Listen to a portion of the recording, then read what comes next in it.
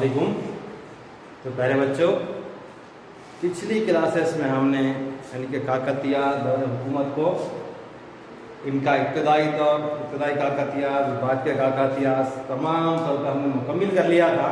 अब इसके बाद आज हम देखते हैं कि काकतिया दौर का नज़्म नस्क़ कैसा था, उनका समाज क्या था, माशियत कैसी थी, तमाम तर चीज़ें, क्योंकि तवील अरसे तक ये लोग हुकूमत करते रहे, इसलिए हम आज इनके नज़्म नस्क़ को, समाज को, माशियत को और मज़हब को तफसील से देखते हैं।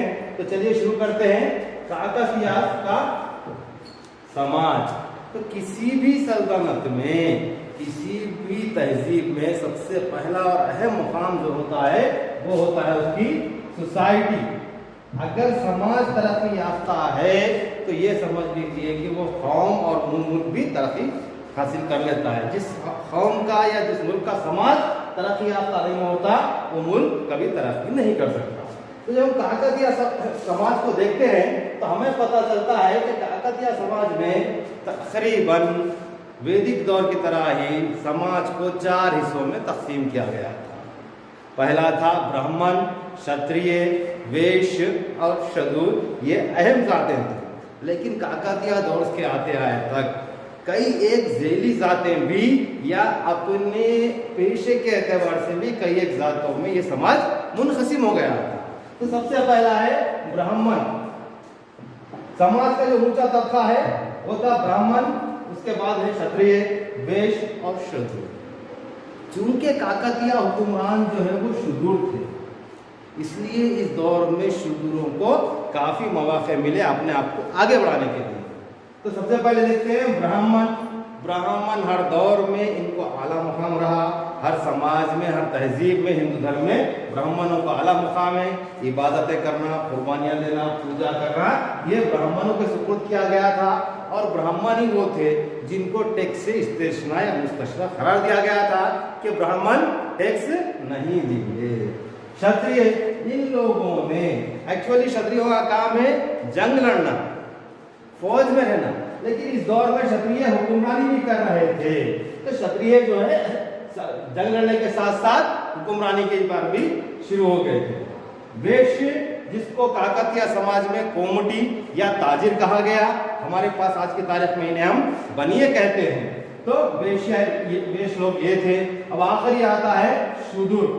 तो जैसा कि बताया कि काकतिया हुक्मरान खुद शूद्र थे, इसलिए शूद्र इस जमाने में मजदूरी से लेकर तरक्की करते हुए ताजिर बन गए थे। यानी कि जो मुकाम शूद्रों का निचला तबका, गुलामों का तबका रहता, मजदूरों का तबका रहता, उससे आगे बढ़ के ये लोग ताजिर हो गए थे। इसलिए काकतिया के दौर को शूद्रों की तारीख का सुनहरा दौर कहा जाता है। यानी कि काकतिया दौर में शूद्र जो है वो काफी ज्यादा तरक्की पा गए थे, इसलिए इन्हें काकतिया दौर में शूद्रों का सुनहरी दौर कहा जाता है। ये थे इनकी 4 अहम जात। अब इसके बाद समाज में बुराइयां कौन सी थी? हर समाज में बुराइयां होती है, कोई समाज मुकम्मल नहीं होता, हर समाज में बुराइयां होती है। यहाँ पर देखिए कि वो कौन कौन सी बुराइयां थी। तो हम देखते हैं बचपन की शादी, सती की रस्म, कन्या शुल्कम, जहेज, ऐसी कई एक समाजी बुराइयां यहाँ पर हुआ करती थी, जिससे समाज को जो है ना नुकसान पहुंचता था। इसी दौर में, काकतिया दौर में, कई एक ऐसी तहरीकें चली जो समाज में इस्लाह करने के लिए भी हुई। हम उसको बाद में देखते हैं। तो फिलहाल ये थे समाज के 4 अहम जातें। कौन कौन सी? ब्राह्मण, क्षत्रिय, वैश्य और शूद्र। अब देखिए समाज में लोग फनून लतीफ़ा या मशगले क्या थे होंगे जिससे अपने आप को अपने पास तो आज की तारीख में फोन है, टीवी है। हम उस जमाने के लोग अपने आप को किस तरह मसरूफ रखते थे या मशगूल रखते थे। तो आप देखिए समाज में क्या क्या थे। हरी कथा, यानी कि जिसको हम लोग कहानियां आज देखते हैं वो स्टेज पे की जाती थी या सुनी जाती थी, वो थी हरी कथा। उसके बाद स्टेज पे नाटक होता था, डांस फॉर्म, कठपुतली, चेस, मुर्गे लड़ाना या भेड़ लड़ाना, ये काकतिया के अहम मशगले थे या अहम उनके खेल थे। सबसे अहम इसमें जो था वो था डांस, प्रेरणी शिव तांडवम, यानी कि प्रेरणी नाच था, प्रेरणी डांस था। ये मैं इससे पहले ही बताया आप लोगों को कि ये फौजी इसको करते थे शिव भगवान की आराधना के तौर पर, याद करके जाते थे जंग में लड़ने के लिए। इनका यकीन था कि इसकी वजह से हमें फतह हासिल हो गई। इस जहाज को आम करने वाली थी माचल देवी। मोरिखिन लिखते हैं कि माचल देवी प्रतापरुद्र दुर्गम के बहुत करीब थी। इन्होंने ही प्रेरणी रक्ष को और ज्यादा परवान चढ़ाया, आगे बढ़ाया। इसीलिए इन्होंने वरंगल में चित्रकला अकादमी, क्या चित्रकला अकादमी, चित्रकला अकादमी नाम से एक अकादमी खोली, जहां पर रक्स और मौसीकी की तरबियत दी जाती है, लोगों को सिखाया जाता है। तो ये था काकतीय का समाज। अब आगे जब हम बढ़ते हैं तो हम देखते हैं काकतीयों की माशियत कैसी थी। किसी भी मुल्क और कौम को चलने के लिए, तरक्की करने के लिए पैसे की ज्यादा अहमियत होती थी। तो वो कौन से जराए थे जिनसे काकतीय दौर पर पैसा आता था? जब वो पैसा आता तो फिर वो खर्च कहाँ किया जाता है? माशियत से मुराद पैसे के लेन देन को हम माशियत कहते हैं। तो वो कौन से जराए थे जिनसे पैसा आता था, और वो कौन सी चीजें थी जिनसे पैसा खर्च करता था, लोग अपनी जिंदगी ऐश व इशरत के साथ गुजारते थे। तो काकतीय दौर के जो सबसे ज्यादा अहम जरिए हैं वो हैं ज़िराअत और तिजारत। तो सबसे पहले देखते हैं हम ज़िराअत को। जब एग्रीकल्चर की तरफ आते हैं तो चूंकि हम पिछली क्लास में पढ़े हैं काकतीय दौर में तालाबों और किनाल और नहरें बनवाई गई, इससे आबपाशी के जराए काफी ज्यादा मुयसर हुए, किसानों को फसलें ज्यादा होने लगी। तो काकतीय दौर में आमतौर पर साल में 2 फसलें होती, रबी की फसल और खरीफ की फसल। इस तरह साल में 2 फसलें होने की वजह से किसानों की आमदनी बहुत मुयसर थी, बहुत ज्यादा थी। इसके साथ साथ किसान आमतौर पर 2 किस्म की फसलें उगाते थे, एक ग़िज़ाई अजनास और दूसरी तिजारती फसल। ग़िज़ाई अजनास से मुराद जो हम खाने के लिए इस्तेमाल कर सकते हैं, गेहूं, धान, चावल, बाजरा, ये चीजें हमारे ग़िज़ाई अजनास में आती है। तिजारती फसलों में गन्ना, कपास, इस तरह ये तमाम चीजें जो हैं वो तिजारती। तो यहाँ के किसान दोनों ही फसलें उगाया करते थे और साल में 2 फसलें उगाते थे। कौन कौन सी? रबी की फसल और खरीफ की फसल। तो इस तरह किसानों की आमदनी बहुत अच्छी थी। क्यों अच्छी थी? कि किसानों के लिए तालाब बनवाए गए। काकतीय दौर के हर बादशाह ने तालाब बनवाए, और वो जो तालाब थे वो जंजीरी तालाब थे। जंजीरी तालाब से मुराद जब ऊपर का तालाब भर जाता है, ऊपर का तालाब जब भर जाता है तो इसका पानी नीचे के तालाब में आता है। जब ये तालाब भर जाता है तो इसका पानी, तो इस तरह नशेबी इलाकों तक भी पानी पहुंचता था और ऊंचाई के इलाकों में भी आबपाशी का पानी पहुंचता था। इन जंजीरी तालाबों की वजह से किसानों की आमदनी बहुत अच्छी थी। इसीलिए काकतीय सल्तनत काफी मालदार सल्तनत थी।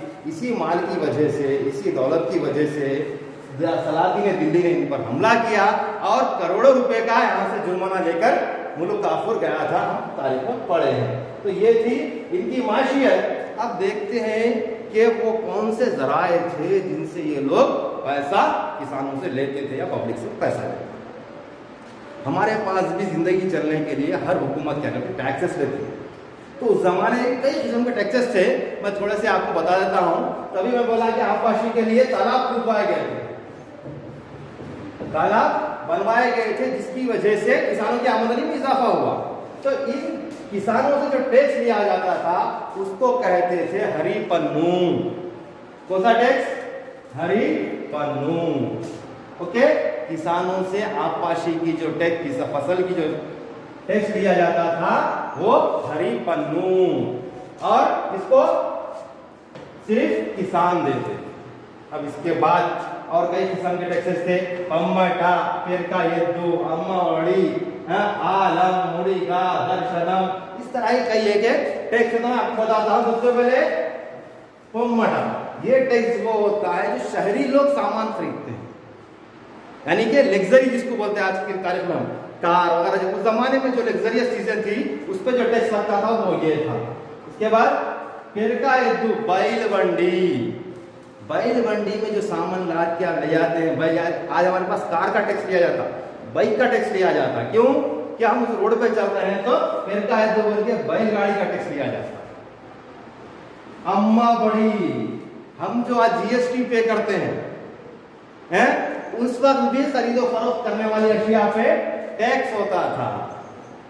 आलम, हम जो आज तरकारी खरीदते हैं, उसके बाद तरकारी की मार्केट में अगर रहे तो बाजार में देखते होंगे तो तैबेदारी बोल के एक बंदा आता है, रोज म्युनिसिपालिटी का टैक्स लेकर जाता है। उस जमाने में भी था तरकारी बेचने वालों के लिए टैक्स, इसको कहते हैं आलम। उसके बाद थोड़ी जगह ये होता किराना सामान पे टैक्स, जिसको हम सेल्स टैक्स बोलते।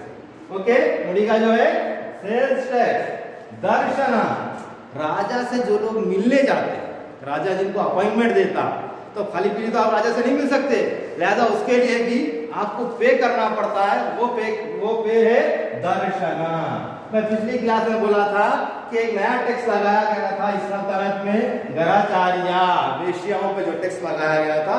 इस जमाने में वेश्याओं का कारोबार बहुत ज्यादा था, वेश्याएं बहुत ज्यादा पैसा हुकूमत को देती थी, कमाती थी, इसलिए ये टैक्स भी इन पर लगाया गया। तो हरिपन्नू से लेके ग्रहाचार्य तक काकतीय सल्तनत टैक्सों के तौर पर वसूल करती थी, जिससे इस सल्तनत को काफी ज्यादा आमदनी थी। ओके, ये हो गया मार्शियत और टैक्सेस। जब इसके बाद आगे बढ़ते हैं, सबसे अहम चीज किसी भी इंसानी ग्रुप की जो सबसे अहम चीज होती है वो होता है उसका मजहब। बगैर मजहब के हम अपना तसव्वुर नहीं कर सकते, क्योंकि हिंदुस्तान हो या दुनिया का कोई भी मुल्क हो, बगैर मजहब के वो तहजीब, वो समाज को हम तसव्वुर नहीं कर सकते। तो काकतीय समाज या काकतीय मजहब एक ऐसे दौर से गुजरा जहां पर शिव और विष्णु दोनों ग्रुप से बहुत सारी लड़ाइयां हुई। ये हम सारे पर पढ़े हैं, तब देखते हैं काकतीयों का मजहब क्या था।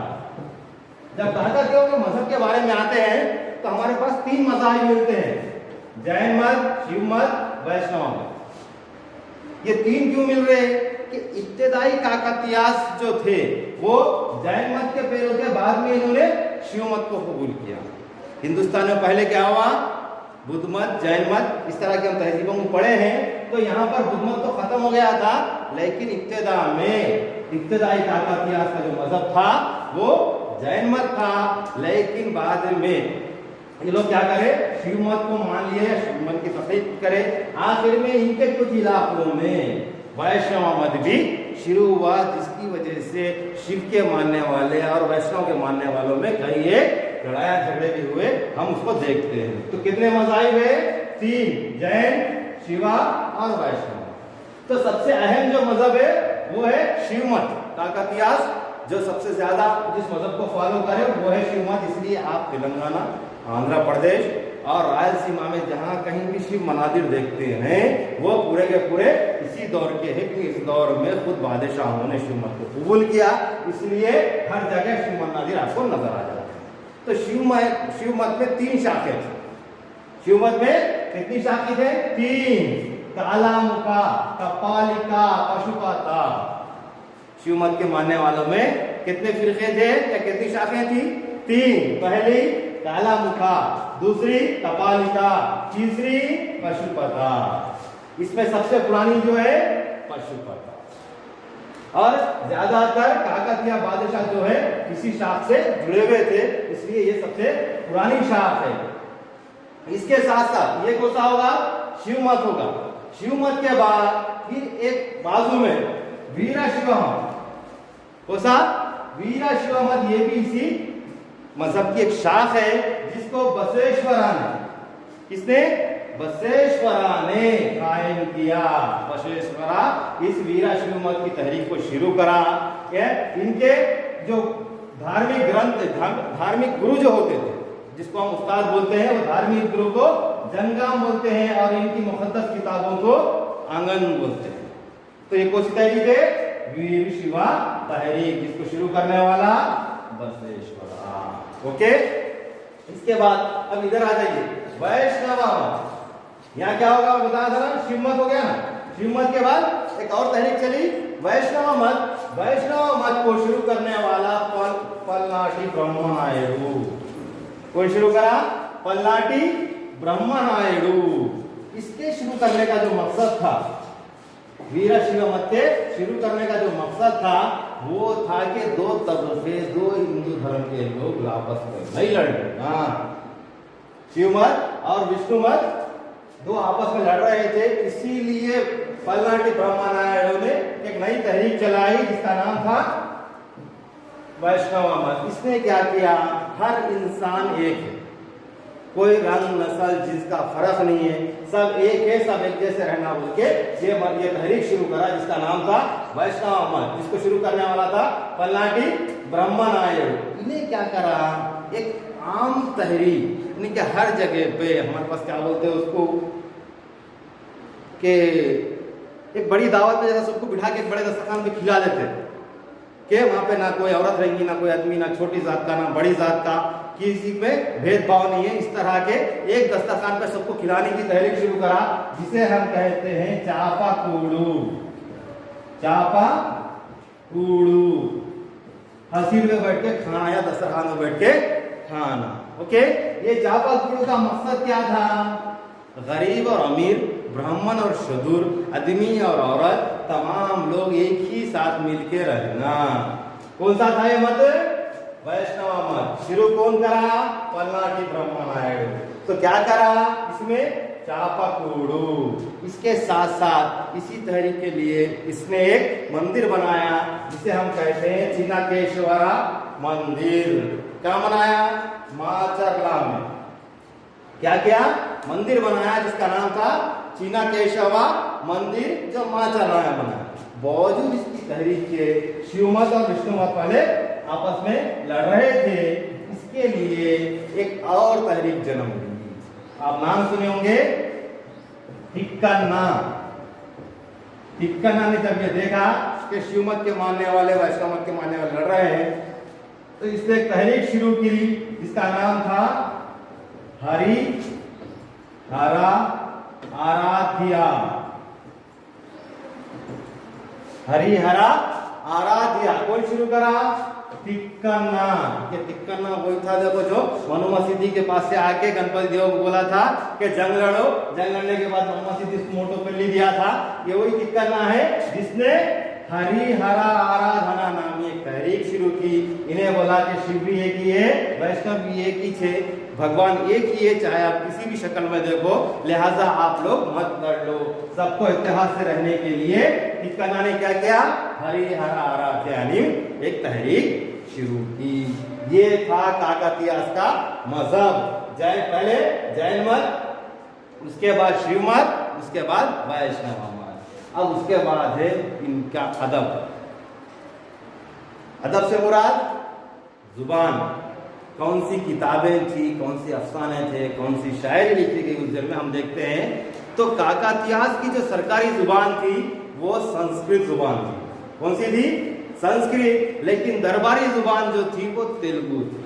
जैसा कि पीछे मैं बोला हूं अभी कि शूद्रों के लिए अगर कोई सुनहरा दौर है तो काकतीय दौर है, इसी तरह अगर तेलुगु जबान का कोई सुनहरा दौर है तो वो काकतीय। हालांकि यहाँ पर सरकारी जुबान संस्कृत थी, लेकिन आम बोलचाल की और दरबारी जुबान जो थी तेलुगु थी, इसीलिए तेलुगु को काफी ज्यादा फरोग हासिल हुआ, तेलुगु काफी ज्यादा फली फूली। इसीलिए इस दौर को तेलुगु जबान का भी सुनहरा दौर कहते हैं। और किसका बोलते, शूद्र का और तेलुगु का सुनहरा दौर कहा जाता है। किस दौर को, काकतीय दौर को। तो देखते हैं वो कौन सी किताबें थी जो इस दौर में लिखी गई, जो काफी मशहूर हुई। तो बसवा पुराण, पंडित आराध्य चरित्रा, ये किताबें हैं। तो सबसे पहले समझ लीजिए कि ये किताबें तेलुगु की है, तेलुगु में लिखी गई किताबें हैं, और ये है संस्कृत। तो तेलुगु में उस जबान में कौन सी किताबें लिखी हुई है, बसवा पुराणम, जिसको लिखने वाला है पलकुरी सोमनाथ। बसवा पुराणम किसने लिखा, पलकुरी सोमनाथ। पंडित आराध्य चरित्रा कौन लिखा, दोना बुद्धा रेड्डी। मैं कल आप लोगों को जो क्लास पढ़ाया था रुद्रम्मा देवी, उसमें उसके कमांडर का नाम बोला था गोना गन्ना रेड्डी, उसी का ये अब्बा है गोना बुद्धा रेड्डी, जिसने लिखा पंडित आराध्य चरित्रा। ओके, उसके बाद है भास्कर रामायण। भास्कर रामायण को भास्कर ने लिखा। उसके बाद तेलुगु जबान की में लिखी गई पहली पुराण मार्कंडेय पुराणम, ये तेलुगु जबान में लिखी गई पहली पुराण है, जिसको लिखने वाला मारन्ना था। किसने लिखा? मारन्ना। क्या लिखा? मार्कंडेय पुराण। कौन सी जबान में लिखा? तेलुगु जबान। तो काकतीय दौर में जो पुराण लिखी गई पहली तेलुगु में, तो कौन सी थी? मार्कंडेय पुराणम। ये थे तेलुगु की किताबें। अब देखिए संस्कृत अदब क्या था। मुख्तसर से हम पिछली क्लास में सुनते आए, नीति सारम प्रताप रुद्रा ने लिखी। उसके बाद सुमति शतकम, क्रीड़ा विरामम, क्रीड़ा विरामम में सुमति शतकम, नीति शास्त्रम, ये तमाम चीजें हम पिछले क्लासों में पढ़े हुए हैं। यहाँ बताने का मकसद ये है कि ये काकतीयों के अदब से ताल्लुक रखती है। इसमें तमाम चीजें हम पिछले पढ़ के आए, लेकिन इन किताबों को याद रखिए, जब काकतीय का अदब पूछा जाता है तो इसमें से आप लोगों को लिखना है कि वो कौन सी किताबें थी जो तेलुगु में लिखी गई, वो कौन सी किताबें थी जो संस्कृत में लिखी गई, लिखने वाला कौन था। तो ये है काकतीय का अदब। अब आइए, चूंकि हम कई पिछली क्लास में पढ़े कि काकतीय ने कई एक इमारतें बनाई, तारीखी या तर्ज तामीर की बेहतरीन मिसाल है। तो पिछली क्लास में पढ़ाया था 1000 सुतून का मंदिर, ओके, रामप्पा मंदिर या स्वयं। इसमें क्या खुसूसियात है?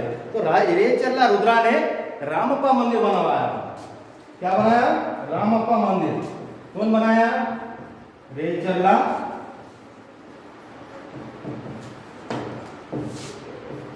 ये रामप्पा पर जो इसकी दीवारें हैं उस पे प्रेरणी शिव तांडवम के रस की शिबा उतरी हुई है।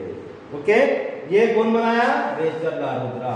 आमतौर पे काकतीय तर्ज तामीर जो है वो दो तरह की है। कितने तरीके की? दो तरीके की है। एक है त्रिकूटालयम, एक है त्रिकूटालयम, दूसरा है एकशिला। क्या है? त्रिकूटा, एकशिला। एकशिला की मिसाल है रामप्पा और त्रिकूटा की मिसाल है 1000 सुतून का मंदिर। क्यों? कि मैंने समझाया था कि 1000 सुतून के मंदिर में बजाय एक के 3 गर्भगुड़ी है, 3 देवताओं की पूजा होती है, शिव की, वैष्णो की और सूरज की। इसीलिए इसको हम त्रिकूटालयम कहते हैं। और ये रामप्पा मंदिर जो है एकशिला तर्ज तामीर की मिसाल है। ओके, अब ये होगा। इसके बाद देखते हैं कि इनका नज़्म-ओ-नस्क़ कैसा था। इनके नज़्म-ओ-नस्क़ की तरफ जब हम आते हैं तो ये जरा गौर से सुनिए, आप लोगों को ज्यादा से ज्यादा नंबर यहीं से निकल कर आते हैं कि काकतीय का नज़्म-ओ-नस्क़ कैसा था। वो कौन सी चीजें हैं जो काकतीय को दूसरे राजाओं से अलग करती है, या वो कौन सी चीजें हैं जो काकतीय को मजबूत करती है, तो वो है उसका नज़्म-ओ-नस्क़। क्या है? इब्तिदा में काकतीय ने अपनी जो सल्तनत है उसको 3 हिस्सों में तकसीम कर दिया। हमारे पास भी आजकल यही निज़ाम है, मरकजी हुकूमत, सूबाई हुकूमत। उसी जमाने में भी पहले नाडु, स्थला, ग्राम। हमारे पास क्या आया? मरकज, सूबा, देहात। कोई नई चीज नहीं है, नाम थोड़ा सा अलग है बस। पहले क्या है? नाडु। तो मरकज में हमारे पास कौन रहते? काबिनी विज़रा रहते जो हुकूमत करते। रियासत में कौन रहते? गवर्नर, चीफ मिनिस्टर, रियासती विज़रा। स्थला, ग्राम में कौन रहते? हमारे पास ग्राम पंचायत। तो यहाँ पर भी वैसी है, अहोदेदारों के नाम अलग अलग है। कैसा अलग है? नाडु जो है कुमारामत्या, कुमारामत्या इसका निगरानकार होता था। मतलब कुमारामत्या शहजादे जो होते थे या करीबी जो रिश्तेदार होते थे वो लोग किसके निगरानकार होते थे? नाडु के। बाद में आगे चल के हम उनको सूबेदार बोले, इख्तियार बोले, कई चीजें हैं। तो यहाँ क्या है? कुमारामत्या, जो नाडु का निगरानकार है, जो जिम्मेदार है, उन्हें क्या है? कुमारामत्या। स्थला का जो है स्थलाधिपति। स्थला का कौन है? स्थलाधिपति। और उसके बाद देहात का जो है वो है अयंगार। अयंगार लोग आज भी बोलते हैं हमारे पास। तो देहात काफी मजबूत थे, देहात को काफी नज़्म नस्क़ से रखा गया था, इसलिए हर देहात की निगरानी के लिए 12 अयंगार होते थे। कितने अयंगार होते थे? 12 अयंगार होते थे। उसमें से भी 3 जो है गवर्नमेंट के होते थे। हमारे पास आज आप देखिए ग्राम पंचायत होता है तो पंचायत सेक्रेटरी गवर्नमेंट की तरफ से होता है, सरपंच अवामी नुमाइंदा होता है।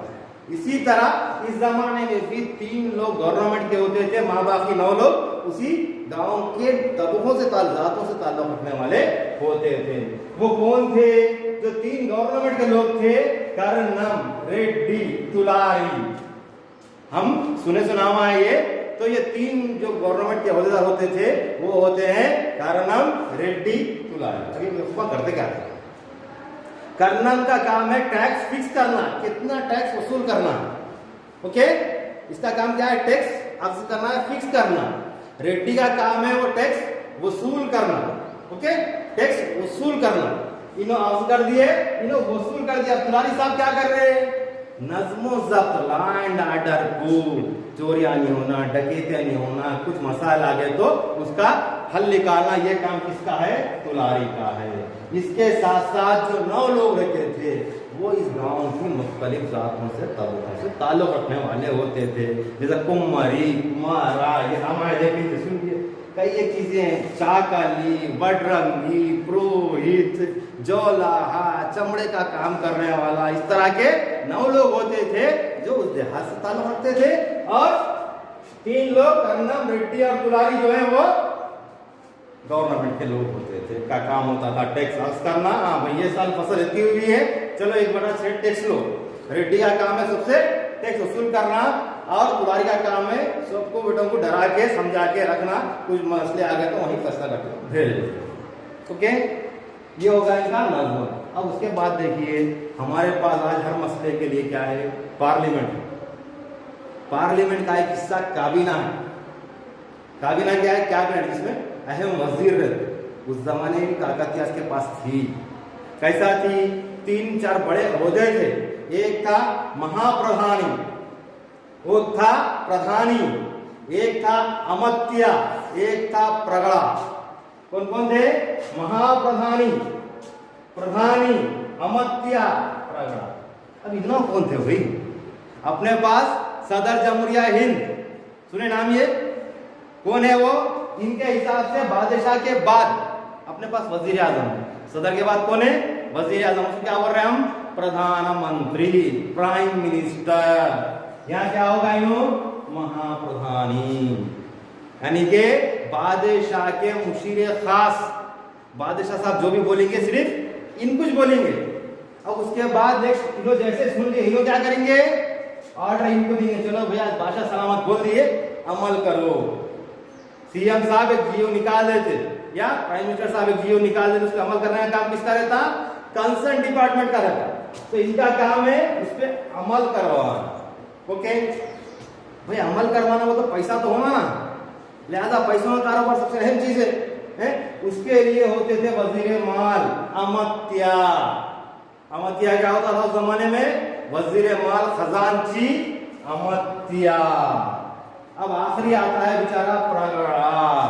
इन्हें बादशाह का जो महल होता है, जो हरम होता है, उसकी देखभाल करना, उसके इंतजाम करना और उसकी निगरानी और तहफ्फुज करना, ये काम किसके सुपुर्द थे? प्रगड़ा। अमत्या क्या करते? वजीर माल। इन्हों क्या करते? बादशाह के हुक्म की तामील करते। बादशाह के मशवरा कौन देते? महाप्रधानी। ओके, ये इनकी काबीना होगी। अब काबीना तो हो गई, अपने पास कई डिपार्टमेंट्स होते हैं, education department, health department, police department. मैं कई बार बोलता हूँ भाई लाइट चलेगी तो केसीआर साहब नहीं आते, एक कंसर्न डिपार्टमेंट होता, म्युनिसिपालिटी होती, उन्हें आता। यहाँ पर भी उस दौर में इस तरह के कंसर्न डिपार्टमेंट थे। कई एक महकूमे जात थे जिसको हम कहते थे नियोगास। क्या बोलते थे? नियोगास। ऐसे 72 नियोगास थे। कहते थे 72 उस जमाने में नियोगास। आज जो महकमा बोल रहे हैं हम, डिपार्टमेंट, काकतिया दौर में क्या बोलते? नियोगा। इस डिपार्टमेंट का जो हेड होता उन्हें कौन है? नियोगाधिपति। कौन है? नियोगाधिपति। नियोगाधिपति के इन्हों कौन है? कंसर्न्ड डिपार्टमेंट और डिपार्टमेंट के हेड। डिपार्टमेंट को क्या बोल रहे? नियोगा। डिपार्टमेंट के हेड को क्या बोल रहे? नियोगाधिपति। तो मैं क्या बोला? इनको कितने नियोगा थे, कितने डिपार्टमेंट थे? 72। तो ये 72 पे निगरानी करने वाला ये कौन आना? नियोगा होगा, नियोगाधिपति होगा। अब इसको क्या नाम देंगे? चलो कितने हैं? 72 है ना। 72 नियोगाधिपति। क्या नाम है इसका? 72 नियोगाधिपति। यानी कि पूरे कंसर्न डिपार्टमेंट को देखने वाला कौन है? ये 72 नियोगाधिपति। इसके मातहत कौन है? महानियोगाधिपति। इसके नीचे नियोगाधिपति। अब इन्हें कहां जाके जवाब देना? प्रधानी को। इन्हें कहां जाके जवाब देना? महाप्रधानी को। महाप्रधानी किससे मशवरा देता? बादशाह से। तो पूरी की पूरी एक चयन सिस्टम काकतीय सल्तनत में थी। इसीलिए इन्होंने कई सदियों तक, कई सालों तक सुकून से हुकूमत की। जैसा कल बताया था कि सन 1323 में आखिर में काकतीय सल्तनत खातिमा हो गया। तो ये था आज का हमारा काकतीय समाज, मजहब, नज़्म-ओ-नस्ब, तमाम चीजें तफसील से हमने देखी है। अगली क्लास में हमारे को देखने का है कुतुबशाही। इसको कुतुबशाही इंशाल्लाह ये कल परसों फिर देखते हैं। जब तक के लिए अपना ख्याल रखिए। अल्लाह हाफिज।